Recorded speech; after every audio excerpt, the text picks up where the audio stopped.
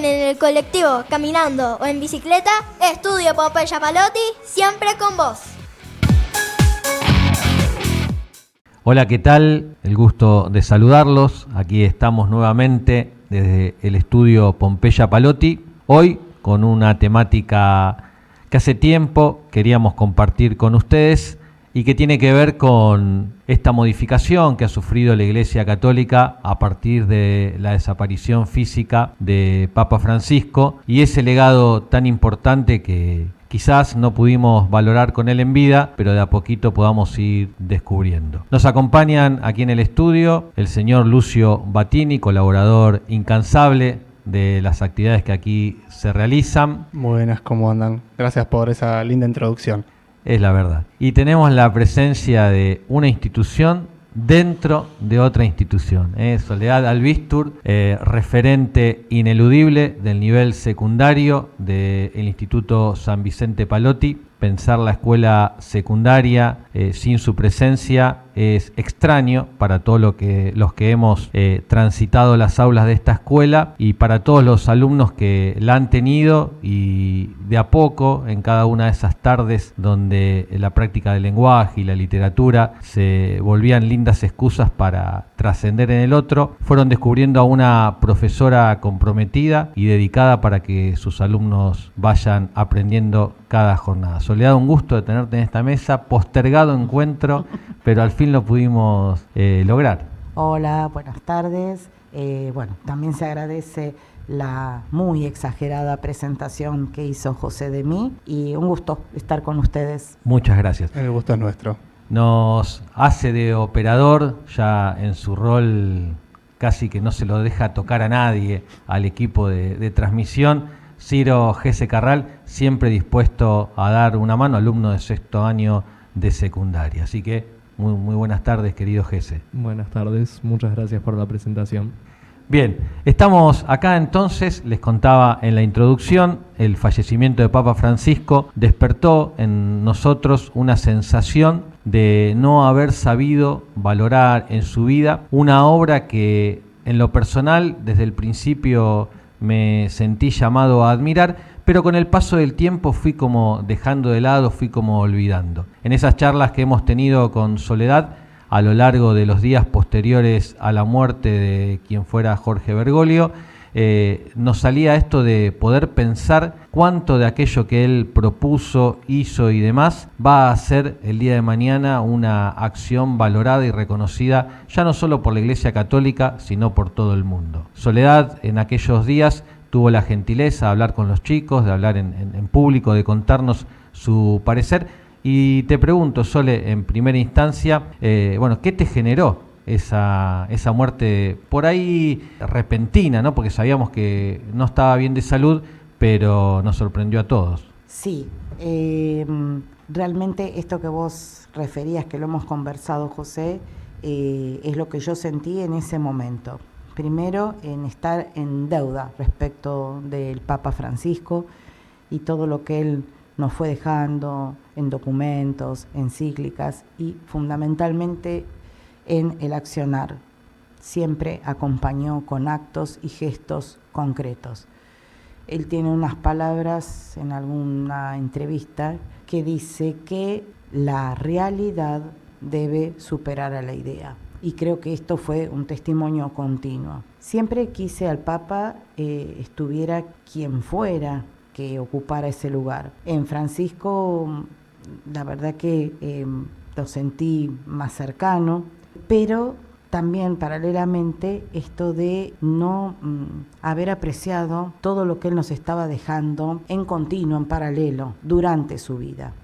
Tal vez a través de los medios, y por eso creo que uno tomó otra conciencia, tuvimos, estamos teniendo, porque siguen apareciendo muchísimas cosas en las redes sobre él. Y lo teníamos todo como en una bandeja servido al mismo tiempo, y eso fue lo que nos impresionó. En mí es lo que me fue haciendo tomar otra conciencia. Pero esto también, pero esta otra declaración, pero qué buena esta otra reflexión. El ver todo en conjunto. Y por supuesto, como pastor, siempre lo respeté y lo quise, lo defendí por ser justamente quien nos guía, y lo cité muchas veces en actos escolares, pero esa toma interior de conciencia de esto que estamos diciendo, llamamos su legado, ¿no? La primera palabra que me viene es un adjetivo y es que sea inmenso, la inmensidad de Francisco. A medida que fueron pasando los días posteriores a su muerte, yo empecé a tomar conciencia de eso. Ese legado, ese accionar de él en una iglesia que por tradición, que por costumbre es siempre rígida y es poco apegada a los cambios, esa actitud de él de querer modificar, ¿te parece, Sole, tiene que ver con su formación? Recordemos, Jorge Bergoglio, antes de ser papa, era ordenado de la orden jesuita. Hay mucho de lo que se respira dentro de lo que es el mundo jesuita. Era más de Jorge Bergoglio como tal, traído por su persona. Y después te pregunto, aparte de eso, digo, hay que tener coraje para ya estar allá en el Vaticano y animarse a mantener coherencia con aquello que uno ha predicado toda su vida, ¿no? Sí, respecto de su formación, creo que interviene fundamentalmente, que es una de las piezas del rompecabezas de su formación. Creo que es acabadamente un jesuita de principio a fin, Jorge Bergoglio. Los jesuitas se caracterizan por tener una formación muy profunda, académicamente hablando, muy intensa, pero estar, como después él como papa también lo dice, ¿no?, con la gente, el oído en el Evangelio, ¿no?, y el accionar con la gente. Ese llevar a la práctica continuamente, es decir, ha realmente también llevado a la práctica eso que él dice, que refería antes, de la realidad antes de la idea, ¿no? Y en todo caso llevar las ideas a la realidad. Por supuesto que esa formación hace que sea tan diverso en tantos temas. Por ejemplo, él era muy gustoso de la literatura, fue profesor de literatura, y siempre es el formarnos en distintas disciplinas nos da otros márgenes, que Bergoglio lo lleva con frescura en sus declaraciones, en todo lo que nos dice, desde conocerlo desde provincial de los jesuitas en la Argentina, de conocerlo como superior de una comunidad en particular. Yo creo que desde ya su ser sacerdote, fundamentalmente, en principio, y después en los distintos lugares que le tocó desempeñarse, ¿no? También como arzobispo, confesando en una capilla muy sencilla en un pueblo de Córdoba perdido entre las sierras, y también como papa, por supuesto. De la sierra al arzobispado, ser cardenal, y después, bueno, sus hermanos cardenales elegirlo como papa. Y yo veo la mano indudablemente de Dios, llamarlo en particular el arzobispo Quarrachino, traerlo desde las sierras, y él ejerciendo con obediencia absoluta eso que le habían encomendado, ¿no? Y reconocer, otra cosa muy de Bergoglio es esto, ¿no? Reconocer que todos los lugares son importantes, todo lo que hagamos, si lo hacemos desde un lugar sentido y con responsabilidad, todos son importantes. Me acuerdo yo que cuando a él lo nombraron, yo era alumno tuyo, estábamos en tu clase en tercero, en ese momento entra Patricia, directora en ese momento, y cuando lo dicen, eso también lo hablamos con los chicos ahora cuando falleció. Che, ¿se acuerdan cuando lo nombraron, que estábamos con Sol Albistur y cómo reaccionó, que tuviste una expresión como de wow, qué tremendo, y también lo vinculaste con una historia también familiar tuya, me acuerdo. Ese recuerdo de ese momento nos quedó a todos marcados en el grupito. Qué lindo que lo traigas a colación, porque yo me lo acuerdo tal cual como vos lo estás diciendo, pero no recordaba con qué curso. Lo veo físicamente, el lugar geográfico, el aula que era, pero qué bueno que estabas vos ahí, que nos estábamos encontrando en una clase. Estamos hablando del 13 de marzo del 2013, ¿no? Exacto, sí. y nos enteramos así. Hoy fue distinto. Por ejemplo, yo estaba en una clase, y ahora vuelvo a ese momento que vos retrataste, cuando finalmente se elige a León XIV, yo habilité a los chicos a que siguieran la transmisión por sus celulares, ¿no? Porque me parecía fundamental. Fue bien al estilo Bergoglio, porque creo que él estaría bien contento con esto de que estábamos trabajando, pensando algo en una clase, y así nos enteramos. Patricia abre la puerta abruptamente y me dice, se dirige a mí y me dice: tengo una muy buena noticia, Soledad, para darte, que te va a alegrar particularmente. El Papa es Jorge Bergoglio. Claro. Y ahí todos, bueno, una alegría muy grande. Sí, la mano de Dios ahí también en eso. Él mismo dice, ¿no? Mis hermanos fueron a buscar al sucesor de Pedro bien lejos, ¿no? En el fin del mundo, cuando me eligen a mí. Es una de las primeras cosas que dice al salir a ese balcón tradicional. Ese mensaje, eso que él habla apenas es nombrado y sale a ese balcón, yo es el día de hoy que lo vuelvo a ver y me emociona, digamos, ¿no? Por esta actitud de él de incluso poner en primera escena a ese fin del mundo tantas veces postergado, ¿no? Porque recordemos que termina siendo Bergoglio el primer papa americano. Sí, nosotros no tenemos idea, eso todavía creo que nos tenemos que despertar. Yo me lo repito y cuesta entenderlo, racionalizarlo, que realmente hemos sido testigos de un papado único en la historia. El primer papa que no sea europeo y que a su vez sea latinoamericano, y para nosotros el plus de que sea argentino, ¿no? Yo recuerdo, porque después lo tuvimos que ver repetido a la noche, ese día, el nombramiento y demás.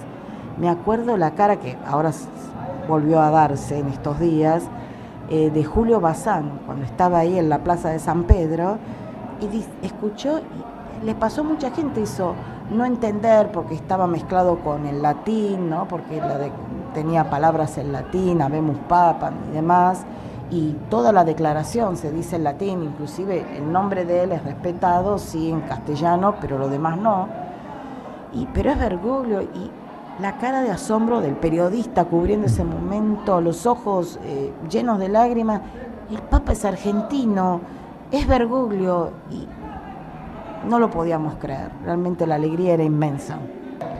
Si bien yo pienso que Francisco en su interior sabía ciertamente que era una posibilidad que él saliera elegido, él abiertamente lo negaba, o sea, era una idea de la cual quería correrse, ¿no? Decía, no, por favor.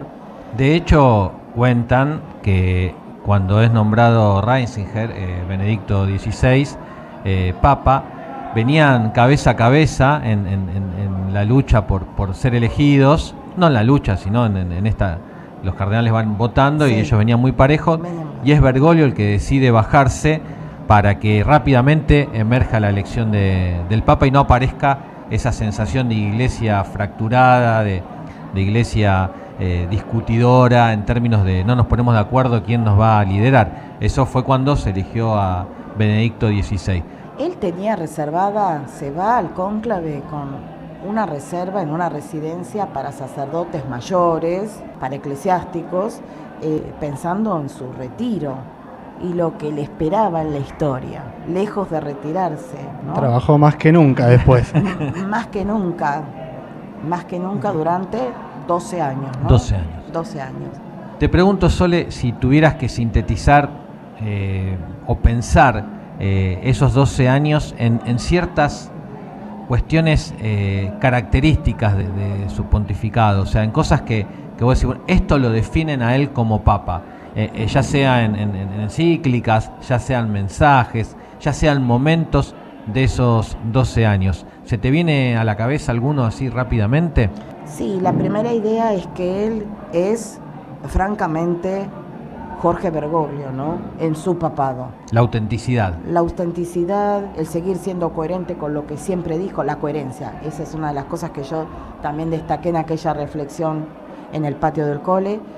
Ser coherente hoy por hoy no es poco. Y realmente lo ha sido hasta el fin, ¿no? Verlo en el ataúd con sus zapatos gastados hasta el final el gesto. Los zapatos gastados con un agujero en la suela de uno de ellos, y eso, ¿no? El elegir siempre la sencillez, la cercanía con el otro, un hombre de diálogo, de consenso. Yo creo que esto estaba en él y por supuesto lo transmitió durante el papado, buscando características de él como papa. Un diálogo ecuménico, siempre buscó el encuentro interreligioso, ¿no? Siempre fue ecléctico en este sentido respecto de sus amistades también. Sus amigos no eran solo cristianos, católicos, de distintas religiones, tenían muy buenos, dentro de la religión judía también, muy buenos amigos, ateos, inclusive en su intervención, que ese sería otro capítulo, pero dentro de lo que él pudo, dentro del periodo de la dictadura militar, él salvó a personas con distintas características, justamente también ateos. Hablando de eso, justo ahí estaba viendo un cachito de una entrevista, había visto en su momento hace un tiempito, que ahora la volví a buscar para este momento. Él el año pasado organizó lo que fue el primer encuentro internacional del sentido, que vos decís, qué nombre amplio, sentido, ¿no? Y fue una reunión en el Vaticano, donde se juntó gente de distintas religiones, distintas culturas, para justamente volver a encontrar un sentido, entendiendo sentido como consenso, ¿no? Que se está hablando ahora de que hay una crisis de significado, de sentido, donde no nos ponemos de acuerdo de cuáles son los valores, ¿viste? Que tenemos que tener todos como sociedad. Y él ya hace muy poquito está organizando eso, y también retomando la cuestión de las letras y tu campo y el mío, ¿no? Un periodista le pregunta, bueno, ¿y cuál es el rol del arte en ese sentido, en la búsqueda de ese sentido? Y él dice que el arte te abre horizontes, te abre puertas, te ayuda a entender el mundo, ¿no? Y así con sus 88 años, él se pone a recitar de memoria una poesía de Borges que acá traje, que dice, se llama Everness, eternidad en inglés. Solo una cosa no hay, es el olvido. Dios, que salva el metal, salva la escoria, y cifra en su profética memoria las lunas que serán y las que han sido. Y él habla de esta cuestión de que lo leyó cuando era joven y le pareció como wow, y es como, lo brindó como ejemplo de esta cuestión de abrir esas puertas, ¿no? De esta memoria que todo lo capta, que está incluso en el metal, en todos lados. Era una persona muy sabia, me parece, la verdad que era muy inteligente. Qué lindo lo que refirió esa conferencia o ese reportaje. Yo también lo reproduje en estos tiempos, lo desconocía. Después hablamos de lo del sentido, si quieren también, que me pareció valiosísimo. Pero cómo la recita, termina en un aplauso impresionante, le dan, y él dice, ven, vos lees esto, se lee esto, y esto nos tira para adelante, dice concretamente, ¿no? Yo pienso que indicando que el arte nos saca de las mediocridades propias que tenemos, nos eleva, nos acompaña también en la cotidianeidad, pero bueno, con una cuota de esperanza diferente. Un hombre que va mucho por esto también, característica de su papado, lema del jubileo, seamos peregrinos de esperanza. Claro, hermoso. Borges fue muy importante para él, eran amigos, se encontraban seguidamente también con otro grupo de escritores, e inclusive seguramente conocen la anécdota de que él era profesor en la escuela de la Inmaculada Concepción, la escuela secundaria jesuita de Santa Fe, daba clases de literatura y bueno, a sus alumnos les hace hacer un ejercicio después de haber estudiado, entre otros autores a Borges, un ejercicio de redacción.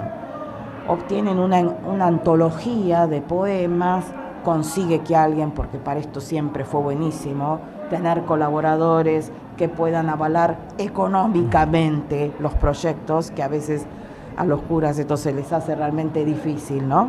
Y consigue la edición y dice, sería ideal invitarlo a Borges, a ver si quiere venir y compartir este proyecto con los alumnos, el resultado de este proyecto. Borges le dice que sí, pero que no tendría para el viaje. Le consigue también la forma de que llegue a Santa Fe de Borges, El día que estaba previsto se demoraba un poquito Borges en llegar, lo va a buscar Bergoglio y le dice, ni sabe lo que pasa, tengo un poco crecida la barba, la verdad que no me gustaría presentarme así. Bueno, no se haga problema, vamos a conseguir, yo lo voy a afeitar.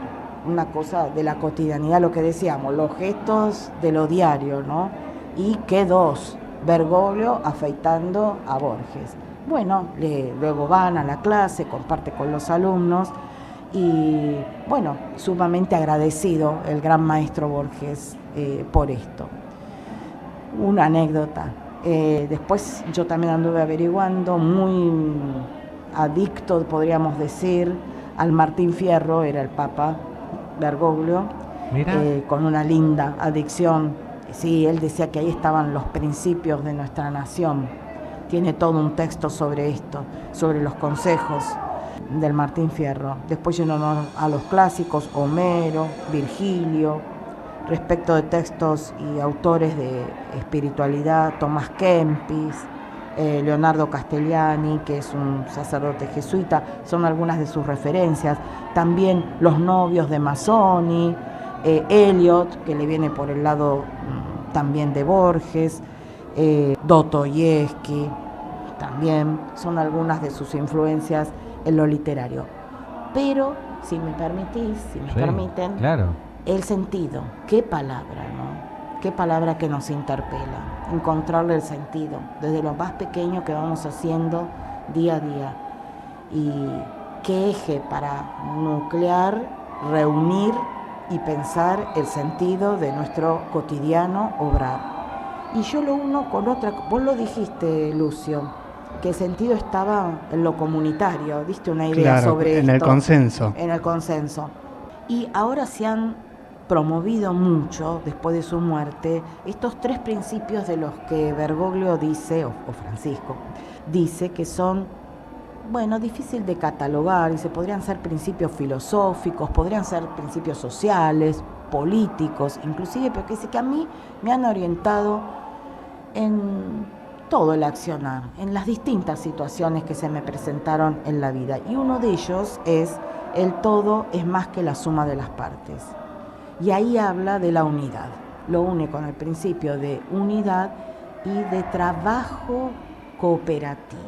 Y cuando vos dijiste por dónde irá el sentido, y lo uniste con consenso, encontrar el sentido va a tener que ver con eso, yo a su vez lo asocié con este principio.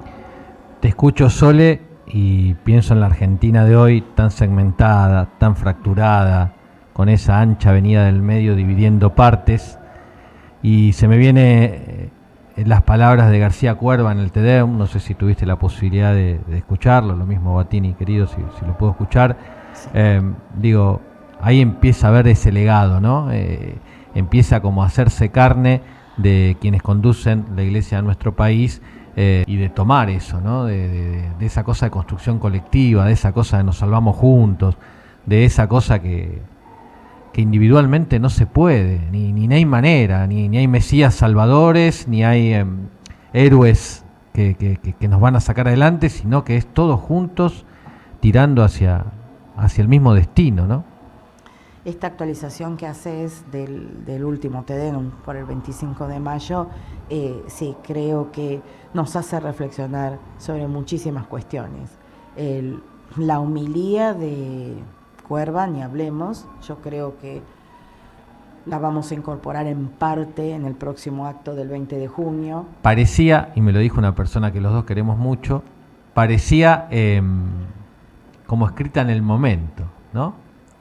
Fue así las palabras que se usaron y la verdad que es así, digamos. Bueno, está la inspiración divina, ¿no? Tal vez las palabras en general el arzobispo las debe haber preparado antes, estoy segurísima que sí, pero yo pienso que a lo mejor la misma realidad inmediata también lo inspiró a incorporar, esa duda nos va a quedar siempre, habría que preguntárselo a él directamente, pero bueno, hablando de los gestos, ¿no? ¿Cuánto puede un gesto y un gesto de destrato también cuánto puede decir? Siempre los gestos, ¿no? Contraponiendo esos gestos, todos los de Francisco que lo que hacían era construir, tender puentes, ¿no? Porque el saludo, lo sabemos, no se le niega a nadie, y menos desde un lugar de gobierno tan importante como es el de ser presidente. Entonces, sí, por ahí no va la cosa. No, lamentablemente nuestros gobernantes, independientemente del partido, del color, acá nosotros Totalmente. no llevamos la bandera de ningún partido, pero sí tenemos la certeza de que debemos exigirles a quienes están gobernando que estén a la altura de la demanda, de la necesidad de un país, en términos de no solamente de acciones, sino también de miradas que construyan, de miradas que nos permitan salir adelante, digamos. Y la verdad que lo que pasó el domingo fue fuerte, fue difícil de asimilar, pero bueno, nos queda esa sensación de que estos mensajes que Francisco fue dejándonos a lo largo de su papado, de a poquito vayan haciendo carne en la sociedad, de a poquito nos los vayamos apropiando y vayamos desde ahí modificando realidades, que sería aquello que nos pueda llevar como país a ese lugar que nos merecemos, ¿no? Yo estaba pensando mientras te escuchaba que también Francisco nos enseña, para seguir pensando en otras características de su papado, el hecho de perdonar. Francisco ha tenido situaciones, siendo no Francisco sino arzobispo de Buenos Aires, de realmente desprecio directamente por su persona, desprecio como ser humano, al pedir muchas veces audiencias que nunca se le fueron otorgadas por parte del gobierno de ese momento, y como decís vos, haciendo referencia, como decía José, a hechos objetivos. Más ningún partidismo político es lo que está guiando nuestras palabras, ni mucho menos. Estamos hablando de actos humanos, de gestos humanos. ¿Y qué hizo Francisco? Va al abrazo, va al perdón, porque ha abrazado y ha recibido y ha perdonado absolutamente, pues lo vemos en su gesto, a muchas personas que le habían dado vuelta la cara en su momento, que no lo tuvieron en cuenta. En su momento fue nombrado como el Papa de Latinoamericano y no como el Papa argentino, ¿no? En un acto de desprecio, en palabras de desprecios que fueron significativas, ¿no? Y que el tipo después va y dice, no, vamos, construyamos, hablemos, te escucho, vení, te recibo, que me parece que eso es lo que lo hace distinto, lo hace grande. Lo ha hecho con otros, lo ha hecho con el actual presidente también, lo ha recibido y le contesta directamente cuando el presidente Milei le pregunta, ¿le puedo dar un abrazo? Sí, hijo, ¿cómo no? Esas son las palabras que le contesta y lo abraza. Entonces, eso tenemos para aprender, ese es el gran legado. El llamar, el convocar, hablando de esto, de que el todo es más que la suma de las partes, trabajar juntos, ¿no? Une más, decía el Papa, el resultado es mucho más significativo cuando las cosas se hacen así. Esto promueve, entre otros valores, el de la solidaridad. Y predica siempre un Dios que no se cansa de perdonar. E inmediatamente el acto, Él también perdona. Y ojalá nosotros estemos a la altura, ¿no? Dios quiera que parte de su milagro hacia la santidad que seguramente va a ocurrir sea eso, ¿no? Que podamos estar a la altura de tomar ese legado. E irlo reproduciendo un poquito cada día, ¿no? Sería fabuloso. Ahora lo tenemos a León XIV. 14 con número romano, así es, ¿no? 14º, si queremos. León XIV asume como papa, ya dio algunas señales. Algunos fueron críticos cuando apareció y lo presentaron, que decía, a diferencia de Francisco, usó todos los símbolos, se puso la capa, no va a ser igual, ¿no? Enseguida aparecieron esas críticas características de aquellos que no sabemos, pero igual hablamos. Y yo creo que el hombre va como tratando de tomar un perfil propio, pero valorando y trayendo a escena aquellos mensajes que Francisco se encargó de eternizar, ¿no? Dentro de la iglesia. Por un lado, yo creo que compararlos, no sé hasta hasta qué punto sirve, porque también uno no puede esperar, bueno, tiene que estar a la izquierda de Francisco, a ver, o se ubica más a la derecha, ¿dónde? ¿Quién corre por izquierda a quién? Cada uno tiene su propia impronta, y lo cierto es que León XIV también tiene si bien es más tradicionalista, como venís diciendo vos, también tiene una retórica de denunciar injusticias. La cuestión de la inmigración, León XIV la retoma, las políticas migratorias, él es de Estados Unidos, ¿no? Las políticas migratorias en Estados Unidos, esas cuestiones, él las denuncia y las critica, y también tiene como una visión humanitaria. Más o menos que Francisco, bueno, eso lo discutimos si quieren, pero hay que ver hasta qué punto es útil eso. Démosle tiempo, pero yo creo que hay indicios muy buenos como para ser esperanzados, ¿no? Yo había recopilado algunas frases, empezando ya a verlo en su ministerio anterior, ¿no? En Perú, tantos años. Otra vez, ¿no? Los gestos, y que no es una foto, se da reiteradamente. El verlo llegar a la gente inundada, con las botas, cocinando, los dos comparten eso, con Francisco también. Francisco era conocido, y muy buena la paella, sobre todo que hacía Francisco. Eso es lo que se recuerda. Mirá. Qué dato. Bueno, y ahí hay una portada de un libro que está, ¿no?, en una olla comunitaria. Bergoglio, cuando era sacerdote, el cucharón sirviendo un plato. León también es buen cocinero. Algunos indicios que a mí me alentaron en la esperanza, entre sus palabras: los saludo a todos con el corazón lleno de gratitud. Me parece que ahí estamos compartiendo la humildad también con Francisco, y comparto con lo que dijo Lucio de, bueno, la comparación hasta un punto también, ¿no? Hay que darle aire también a este nuevo Papa, pero los gestos inmediatos nos permiten también la comparación. Esta es la hora del amor, nombrando a otro gran papa, Juan Pablo II insistió tanto en esto, y León lo retoma con mucha fuerza. Me acuerdo que cantábamos con Juan Pablo II una canción que hablaba de la civilización del amor. Esto que se dijo, ¿no? Nadie se salva solo. Ahora lo traemos con el Eternauta, haciendo también un paneo desde lo literario y demás, y esta serie, pero acordémonos que en la pandemia también Francisco habló de estamos todos en la misma barca en aquellos momentos, y la única forma de salir es navegando juntos. Fui elegido, dice también León XIV, sin tener ningún mérito. Esto me impresionó mucho. Y con temor vengo a ustedes, como un hermano que quiere hacerse siervo de su fe y de su alegría, caminando con ustedes por el camino del amor de Dios, que nos quiere unidos en una única familia. Me parece que hay buenos indicios para confiar en que realmente va a retomar el camino planteado por Francisco.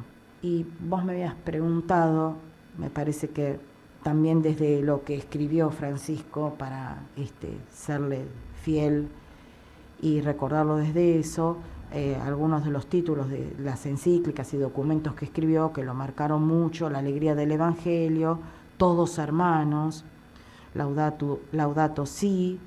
Esa es imperdible. Esa es imperdible. O sea, no tiene desperdicio. Y tiene una actualidad, ¿no? Sí, La preocupación por lo que él llamaba la casa de todos, ¿no? ¿Cuál va a ser el destino de todos respecto de este planeta tan maltratado muchas veces?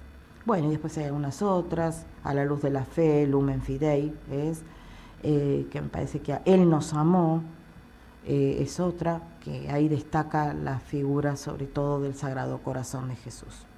Bueno, Sole, la verdad, estamos como conmovidos, esa pasión que transmitís cuando comunicás, no solamente en este tema que sabemos que te apasiona, que te moviliza, sino en general, ¿no? Esa energía que ponés para que aquellos que estamos del otro lado podamos quedarnos perplejos y escucharte con mucha admiración.